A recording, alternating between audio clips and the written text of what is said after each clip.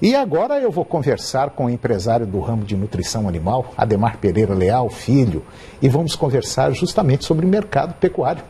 Ademar Pereira Leal, bom dia. Bom dia, Toninho. Bom dia aos telespectadores do programa Agronegócio. Tudo bem? Tudo jóia. Então tudo tá bem. bom. Ademar, a gente viu aí nessa informação que nós demos aí agora há pouco, tá um mercado assim, meio lento. Frigorífico não pode pagar mais porque não consegue vender aqui no mercado interno. Apesar que a exportação está assim, relativamente, não está das piores.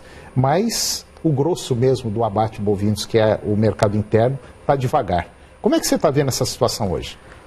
Veja bem, nós estamos vendo com bastante cautela e preocupação, Toninho. Uma vez que as escalas estão extremamente curtas, o número de animais terminados é muito baixo, também em virtude do custo alto que foi de suplementação, a seca aqui no Centro-Oeste que nos assolou bastante. Então nós temos poucos animais prontos, mas em contrapartida os frigoríficos com pouco apetite. Em detrimento que o nosso consumo caiu muito, né? O consumo de carne bovina, nós estamos vivendo hoje um consumo per capita aos níveis de 20 anos atrás. É verdade. Nós consumíamos, a população brasileira tinha um consumo, chegou a 35 quilos por habitante ano, e hoje nós estamos aí já falando em 27 quilos. É realmente uma redução muito drástica. Quer dizer, tudo está conspirando para que o consumo de carne bovina caia. Principalmente porque a gente vive num país basicamente de assalariados, e chegou depois do dia 10, dia 15, basicamente a maioria das pessoas não tem mais condição de estar comprando uma picanha, contrafilé, isso, aquilo. E automaticamente o consumo cai. E nós tivemos um agravante, que o preço da carne subiu para o consumidor e o poder de compra caiu.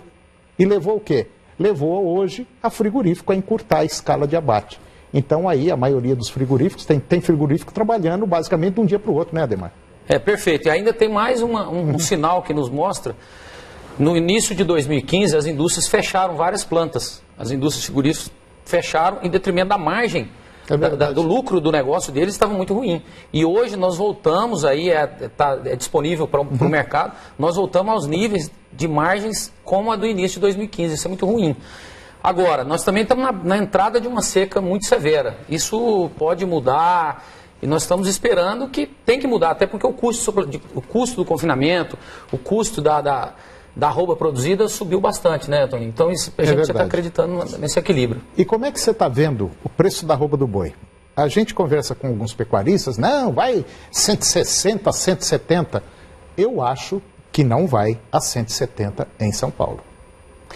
Muito arriscado falar, muito arriscado.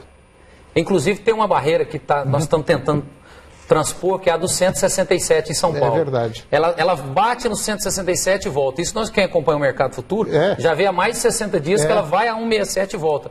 Então, realmente, é o nosso sonho, né? Mas, realmente, não estamos conseguindo transpor o 167. Eu acho que a hora que passar, deve até chegar no 170 em São Paulo. Mas, vamos quebrar o 167 primeiro. Eu acho meio difícil, simplesmente por um motivo, que a ponta final é o consumidor.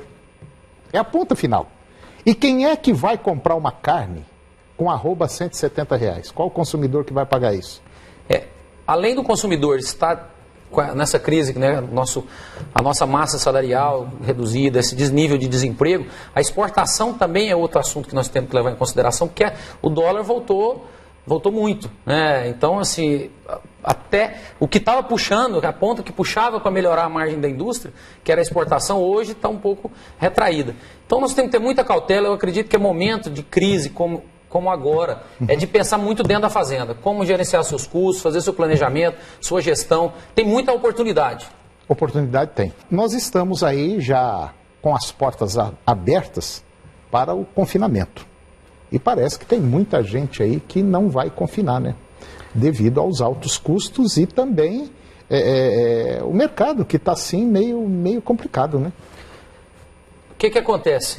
O que está acontecendo no momento? A visão que a gente tem, grandes players, grandes confinadores, concentrou muito aqui em Goiás, na mão de 2, 3 grandes grupos. E os pequenos e médios estão realmente reduzindo, e esse ano a gente ainda teve mais um fator. A diminuição muito drástica dos confinamentos que faziam a prestação de serviço na engorda, o Boitel. Então, o Boitel em Goiás reduziu muito o número de plantas e o número de espaços. Sabe o que está acontecendo hoje? Nós estamos tendo fila de espera para colocar boi nos confinamentos, nos boitéis que ainda estão abertos. Bom, isso significa dizer o seguinte, que provavelmente nós vamos ter uma queda na quantidade de animais confinados aqui no estado de Goiás, que hoje ainda é o maior confinador do Brasil.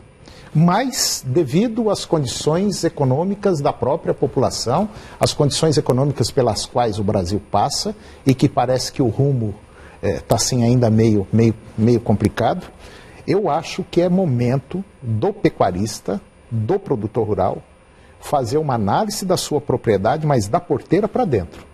Porque da porteira para fora quem manda é a população. Se a situação não estiver legal, pode ter certeza que vai esbarrar na porta do açougue. Perfeito, concordo completamente com a sua opinião. Eu acredito em momentos como esse, a crise faz a gente repensar, tem aquela até que faz você criar oportunidades. Então é um momento muito importante de você rever os custos dentro da fazenda, sua produtividade, momento de programar o seu período de chuvas.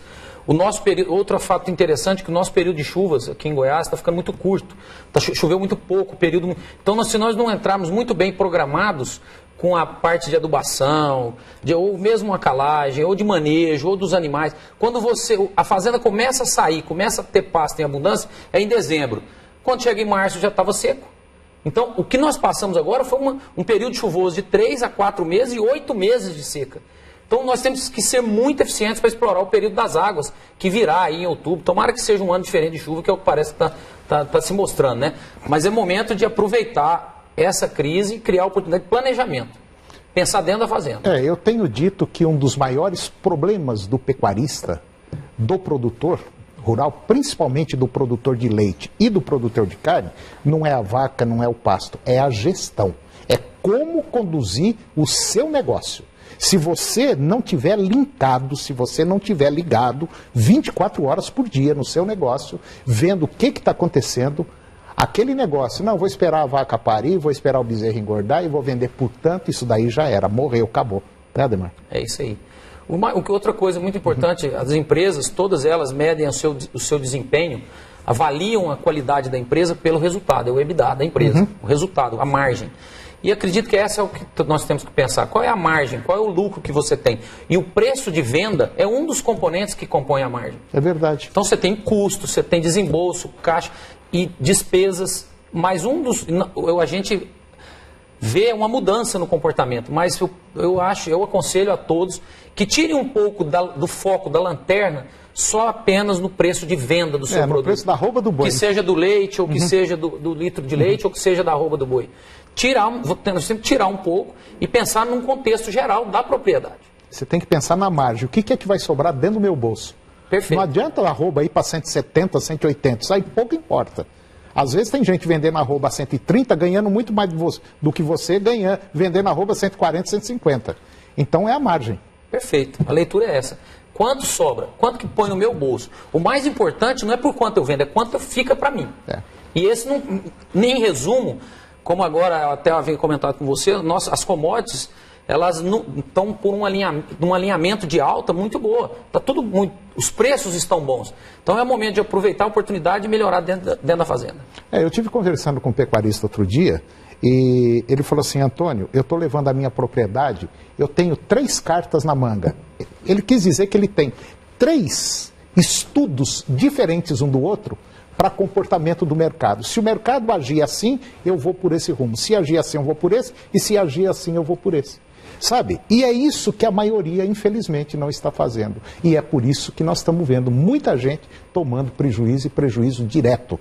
Gente que está aí descapitalizando, vendendo animais, às vezes por um preço para poder manter a propriedade rural. E o caminho não é por aí, né, Ademar? É a gestão de risco. É a gestão de risco. O que você falou é gestão de risco. Se a pessoa tem a opção A, B e C, significa que a menos arriscada é a que ela vai tomar. Isso é outro fator que importa demais, né, dentro da propriedade. Não assim, agora está pronto, o que eu vou fazer? Jamais pode pensar assim. Você já tem que pensar como será daqui a 6 meses, como será daqui a no mínimo um ano. A propriedade você tem que pensar no mínimo um ano para frente. É verdade. Ademar Pereira Leal Filho, muito obrigado por essa conversa interessante, eu gostei demais e eu espero trazê-lo aqui mais vezes, ok? Muito obrigado e um bom dia aí para todos os telespectadores do seu programa, Antônio. Ok, obrigado, Ademar.